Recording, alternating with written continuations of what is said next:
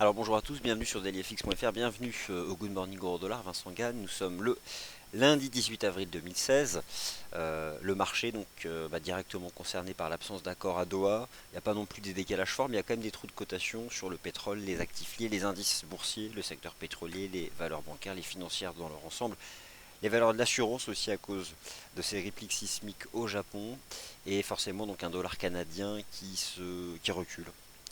Alors là aussi c'est pas gigantesque, mais il y a quelques gaps à l'ouverture du marché d'échange depuis l'ouverture des marchés asiatiques. Alors l'agenda de la semaine forcément. Alors il est faux de dire qu'aujourd'hui il n'y a pas de chiffres, il y a quand même quelques éléments macroéconomiques à suivre, notamment le discours de William Dudley, un des membres du FOMC ce soir. Donc ce soir, vers 17-18 heures, je vous laisse regarder le calendrier économique pour retrouver ça par vous-même. Donc clairement, sur l'ensemble de la semaine, c'est la réunion de la Banque Centrale Européenne qui est déjà regardée par tous les investisseurs. Il y a quand même quelques statistiques macroéconomiques américaines. D'ailleurs, la semaine dernière, elles n'étaient pas bonnes, enfin pas bonnes, en tout cas inférieures aux attentes, qu'il s'agisse des ventes au détail, de la consommation, de la confiance du consommateur ou encore même des chiffres de l'inflation. Donc au final, le dollar US ne s'est pas envolé et l'euro dollar n'a pas décroché. C'est pour ça que j'avais, dès la cassure du support du 13 avril, appelé à ne pas, enfin appelé, défendu le scénario d'une non-exagération de la chute de l'euro dollar. Il ne fallait clairement pas exagérer le risque baissier de l'euro dollar. À la base, ce qui m'avait permis de forger cette opinion, c'était tout simplement le 10 mars dernier des éléments fondamentaux QE2, baisse des taux, etc. 400 points de hausse de l'euro-dollar. Je n'envisageais pas que ça se mette à chuter comme ça, revenir à la case départ, alors que ça n'avait pas chuté avec un QE2. Bref, on aura l'occasion d'en reparler. Et enfin, donc, poursuite de la saison des résultats trimestriels aux États-Unis. Ce lundi, Morgan Stanley, PepsiCo, Netflix et IBM. Alors, on va parler graphique et stratégie. Peut-on revenir à l'achat sur l'euro-dollar? Écoutez, moi j'ai jamais abandonné mon opinion tant que le marché tenait 1,1260. Le fait que le marché ait défendu 1,1260 dollars jeudi, vendredi et finalement n'ait pas confirmé la cassure de support du 13 avril, pour l'instant, me conforte dans cette vue de marché. Alors, c'est pas acquis pour autant.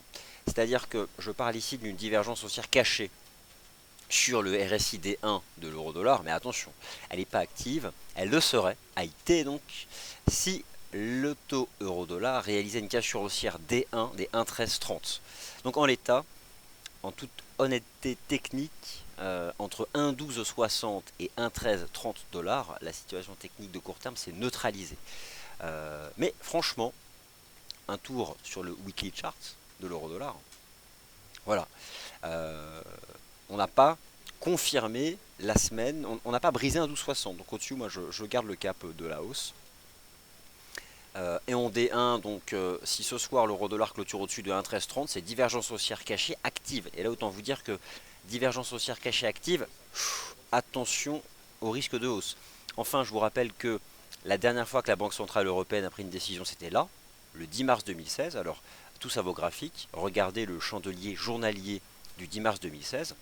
Et dites-vous bien que cette semaine, c'est la réunion de la Banque Centrale Européenne vers laquelle se portent tous les investisseurs, jeudi donc 21 avril. En l'état, cette semaine, le marché n'attend rien de la Banque Centrale Européenne, pas de QE3, pas de baisse des taux, pas de phase 5 de TLTRO, bref, pas davantage de mesures d'assouplissement monétaire, donc on sera dans la première étape de la politique monétaire qui est celle du langage, donc celle du mot, du verbe. Et en l'état, donc, si la Banque Centrale Européenne se montre à nouveau optimiste quant aux perspectives macroéconomiques au sein de la zone euro, ou si encore Mario Draghi répète qu'un refinancement négatif n'est pas envisageable, on peut s'attendre à ce moment-là à ce que l'euro soit racheté. Bon, tout ça, ce sont des anticipations. Moi, j'ai toujours pensé que les stratégies swing des trading se mettaient en place en amont des grandes décisions de politique monétaire. Donc en l'état, nous sommes là dans la fenêtre temporelle, lundi, mardi, mercredi. C'est là où il faut agir. Et puis prendre ses bénéfices jeudi, observer et y revenir. Enfin, moi, j'ai toujours fonctionné comme ça et je pense que ça permet en tout cas de préserver, ça permet de gérer son risque, tout simplement. De ne pas être exposé à la volatilité réalisée du jeudi 21 avril. Alors, l'euro-dollar, donc techniquement au-dessus de 1,1260, je garde le cap technique haussier. J'ai quand même conscience que sous un 13,30, il ne faut pas s'emballer parce que c'est un support qui a été brisé. Par contre, au-dessus, une clôture D1, donc journalier D1, pourquoi d'être daily sur le graphique, c'est l'indicateur watermark. Mais au-dessus de 1,1330, on peut s'attendre à une remontée du cours vers 1,14. Donc, dans tous les cas, je comprends aussi la proximité de la résistance majeure à 1,1450, que le dernier signal technique, c'est la cassure des 1,1330, donc il ne faut pas s'emballer. Alors, si vous considérez qu'actuellement, il y a un équilibre des forces entre 1,1260 et 1,1330, la meilleure solution en swing trading, c'est d'attendre la cassure journalière du range. Et moi, je vais être fermé à rien, c'est-à-dire que là, j'ai clairement un biais, donc ce biais, peut-être que j'aurai tort. Mais dans tous les cas, j'ai une certitude, on brise 1,1260, on retombe à 1,1150, on refranchit un 13,30, on remonte à un 14,50. Donc, deux niveaux techniques journaliers pour des scénarios de 100 pips. Ça peut aussi être l'autre façon d'agir, à savoir d'attendre le signal. Voilà donc comment je pouvais vous cadrer l'euro-dollar à court terme. On retrouve donc cette zone de neutralité sur ce graphique H4, 1,1260, 1,1330. Et là on a une espèce de petite ligne de tendance. Et bon, voilà, c'est éventuellement celle-là qui peut intéresser les acheteurs. Quant aux vendeurs, c'est 1,1330 que vous pouvez vendre. Voilà, vous avez le cadre, après bien sûr à vous d'agir. Donc voilà pour la couverture de l'euro-dollar. On va parler tout de suite de l'USD4 parce qu'il y a un trou de cotation. Je poste vos commentaires. Bonjour à tous, Sébastien, tout le monde, tout le monde, tout le monde. 1,1330, voilà, pour l'activation de la div. Sous 1,1330, elle n'est pas active, comme le précise bien Sébastien. Mais c'est 1,1330. Il y a 1,1340, éventuellement 1,1350 qui était le cours de clôture du range, mais bon, à un moment ou à un autre, on peut remonter très très haut comme ça, donc il faut faire un choix. Moi, je vais prendre 1,1330. Allez, USD Yen, naturellement, la tendance baissière, donc à la moindre pointe de risque sur le marché, eh bien, reprend ses droits. Ça reste une grosse stratégie baissière de moyen terme. En données journalières, le marché eh bien, a probablement, c'est rapide, alors, il y a un gap ce matin. D'ailleurs, je regarde juste une chose, on a fait un plus bas ici, 108,59, plus haut 108,45, il y a 10 pips de trou de cotation baissier sur l'USD Yen. Alors, en l'état, j'avais décrit le mouvement de l'USD comme très bien construit entre séquences de directionnelles, des ranges et ou retracement. Les marchés boursiers, la formation des prix, graphiquement ça fonctionne comme ça. Une séquence directionnelle et ensuite retracement et ou range. C'est concrètement ça les mouvements de bourse. Et dans l'USD Yen, vous avez tout.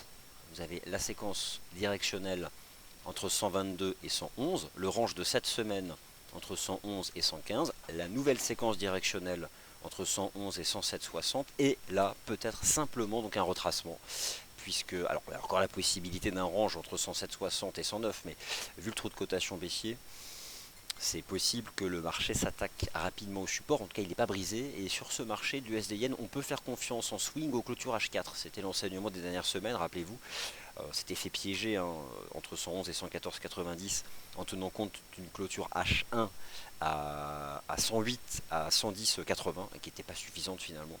Donc là, ce matin, eh bien, oui, clairement, il y a un risque. On est retombé sur le niveau, donc pour l'instant, on le tient. On va pas shorter un support, on va pas s'amuser à faire ça. Ce serait une grosse erreur technique. Mais franchement, on a brisé cette ligne de tendance.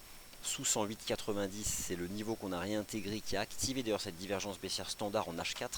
Belle divergence baissière standard en H4.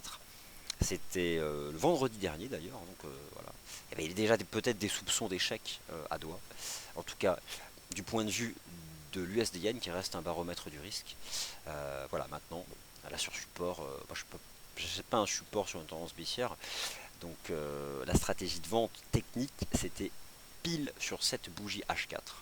Du 15 avril à la cassure des 108,90, c'était le signal de vente sur les prix, réintégration du premier niveau, double top et surtout activation de la div standard. Donc là c'était le signal de vente et là c'est l'objectif de cours. Au niveau actuel des cours, je passe stratégie à vous proposer. Donc non, j'en aurais davantage à la hausse. Alors c'est agressif.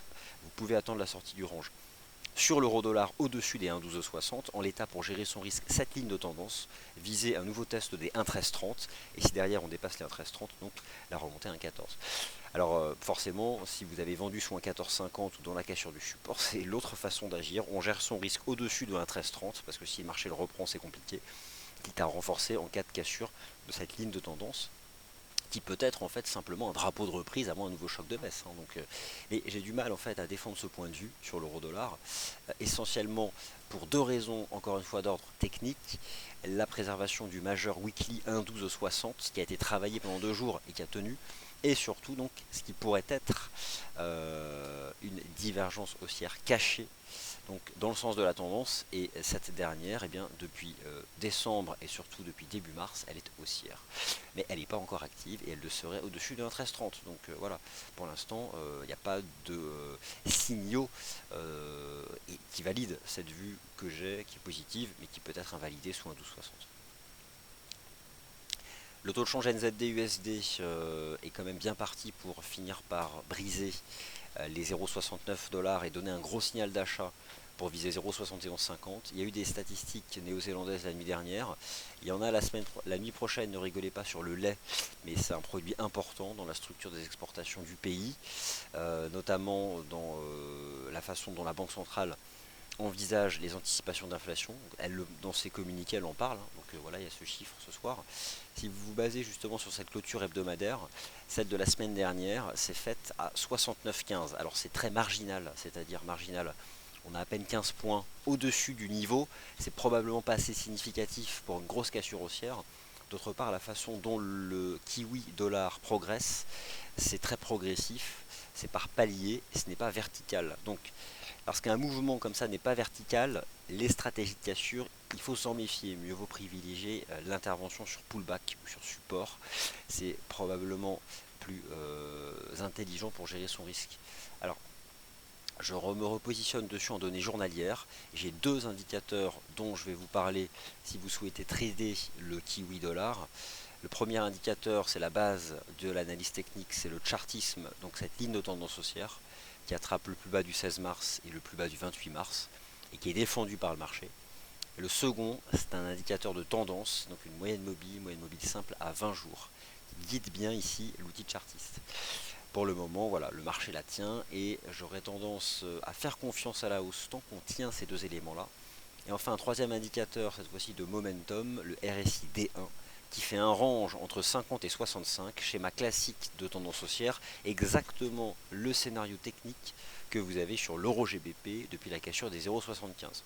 Alors attention à l'euro GBP, bémol, même si on n'a pas donné de signaux de vente, ça commence à plafonner sous 81,30. J'aime pas ce que commence à faire le RSI Weekly, mais en l'état, le marché n'a pas encore donné de signal de vente.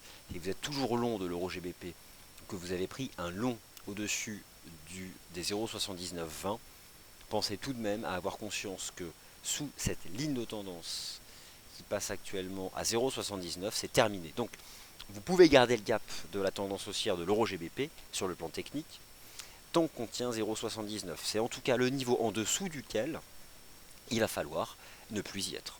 Voilà. L'AUD-USD n'a rien lâché. Je soupçonne d'ailleurs sur cet actif quelque chose qui s'apparenterait là aussi à une dive haussière cachée, mais elle n'est pas propre et d'autre part on ne peut pas dire que c'est une thune parce que ce n'est pas un cours de clôture plus bas ici. Donc si au contraire, non, je dis une bêtise, elle est là, au contraire. Le cours de clôture est ici, donc je suis haussier sur l'AUD dollar, il n'a jamais rien lâché dans toute la phase de reprise du dollar US. Alors ça a duré 3 jours le rebond du dollar US.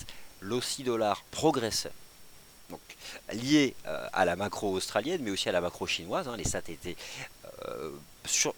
bonne surprise enfin pour les statistiques chinoises la semaine dernière. Alors, l'AUD dollar, je reste haussier au-dessus de 0,76. J'envisage un nouveau test des 0,7730 et forcément, si un jour le marché dépasse 0,7730 $, on ira enfin chercher mes 0,79.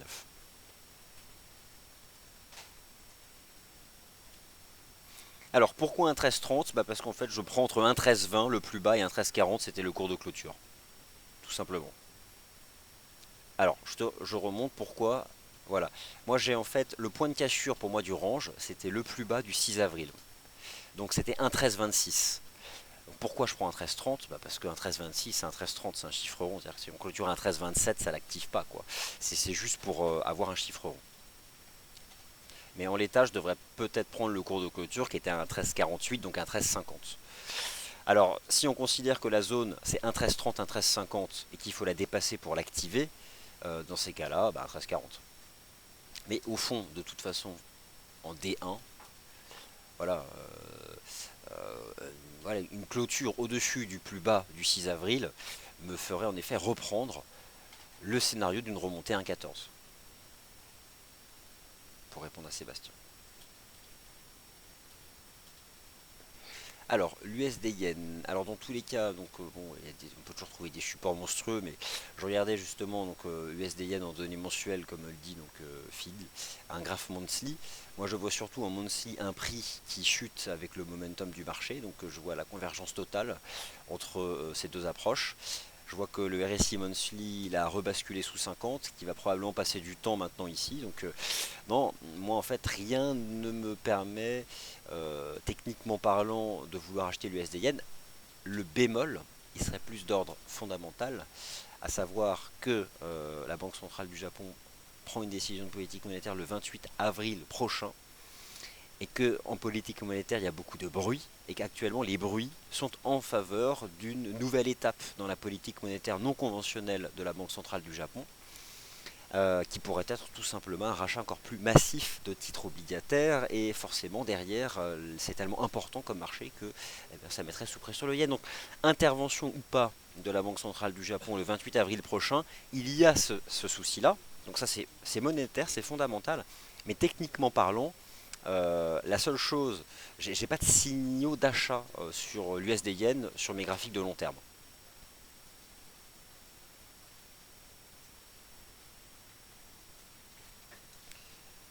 De rien, ça Sébastien. Alors les indices boursiers, j'en parlerai dans le morning meeting.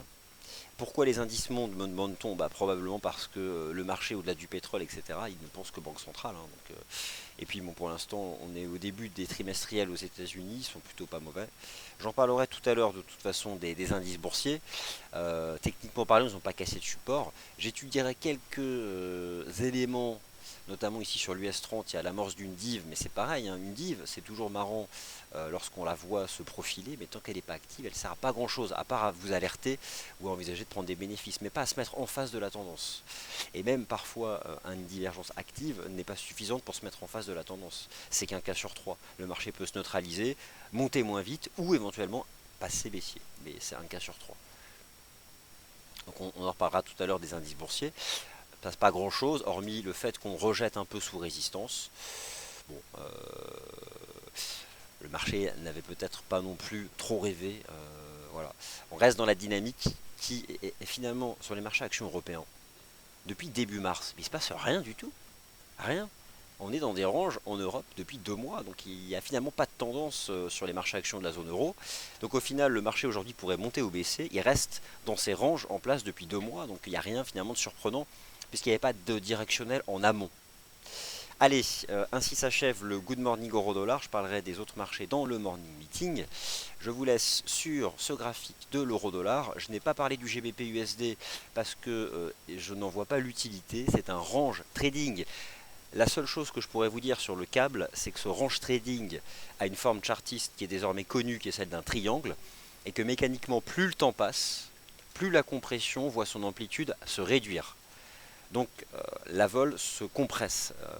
Mais peut-on longtemps rester dans le range du câble? Écoutez, on serait bien capable de rester en range sur le GBP USD jusqu'à la proximité du référendum sur la sortie ou non donc, du Royaume-Uni de l'Union Européenne. Et ce range est suffisamment large pour que le marché y reste, en tout cas dans la forme triangulaire. Si on pousse jusqu'à l'apex, ça nous emmène mi-mai. C'est possible qu'on dérive jusqu'à mi-mai dans un range sur le câble. Et de toutes les paires en dollars, j'apprécie quand même la tenue des 0,76 sur la USD. Voilà, allez, merci d'avoir posé des questions. Je vous retrouve à 11 h dans le morning meeting. Merci à tous, Phil, Seb et tous nos chers auditeurs. Et donc le prochain point de marché, c'est sur les matières premières à 10 h 30, le Commodities Market Report. Merci.